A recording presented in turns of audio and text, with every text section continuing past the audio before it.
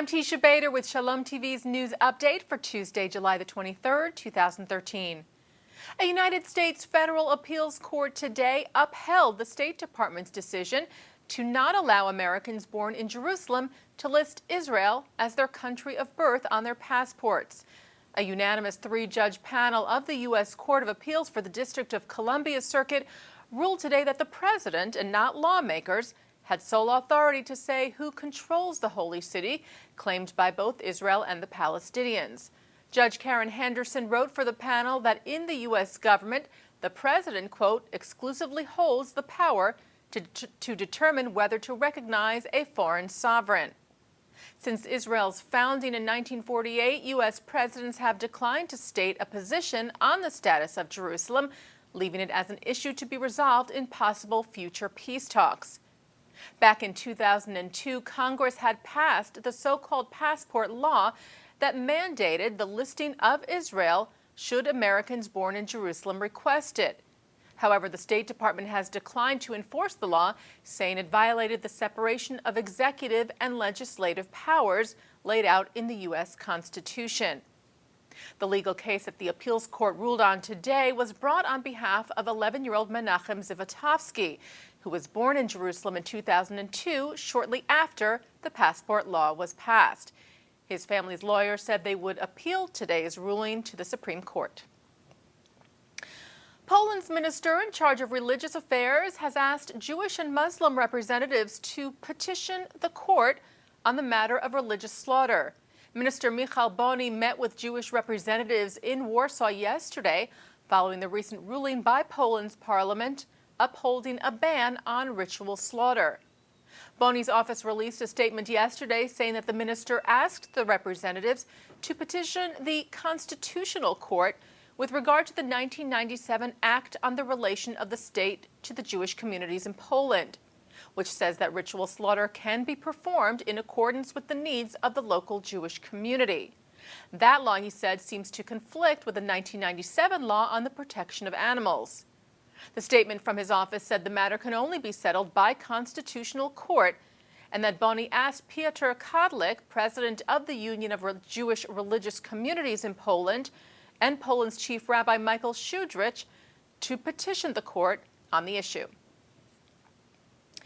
Ynet reports that Palestinian representative to the United Nations Riyad Mansour attacked Israel in the UN Security Council today and accused it of perpetrating, quote, war crimes. Mansour also criticized Israel regarding peace talks. He said, the Palestinian leadership does not set preconditions for negotiations. The settlements are the main obstacle to peace and sabotage every effort to find a solution for the two countries. Haaretz reports that European Union Foreign Policy Chief Catherine Ashton is looking to draft comprehensive guidelines on labeling Israeli settlement products by the end of this year. Haaretz said that they obtained the letter that Ashton had sent a few weeks ago to several senior EU officials. In it, she asks for support on requiring products made in the settlements to be labeled accordingly. The proposed guidelines would actually be non-binding for the most part and up to individual member states to implement.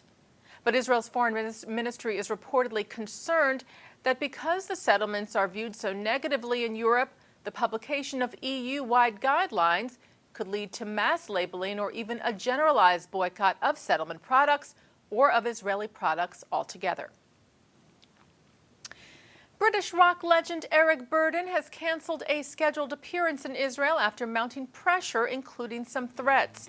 The singer, who headlined The Animals in the 1960s, was scheduled to perform on August the 1st with Israeli 80s band Teisha, and had recently met with the band in Vienna, where he had reassured them that he would perform in Israel despite pressure not to, telling the band there's no connection between politics and music and that everyone has the right to be entertained.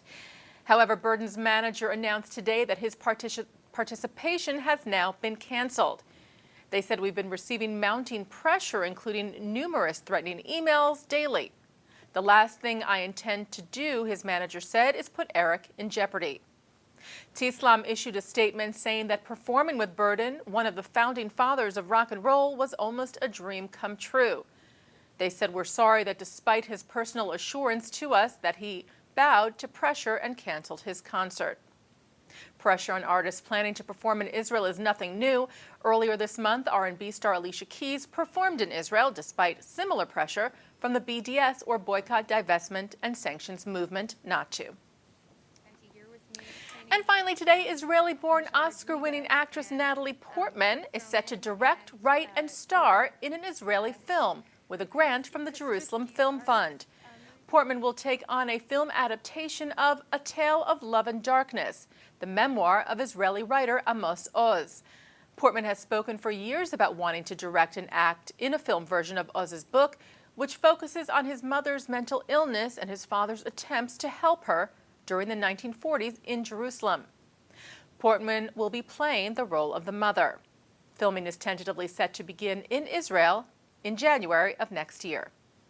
And that's Shalom TV's news update for Tuesday, July the 23rd, 2013. I'm Teisha Bader.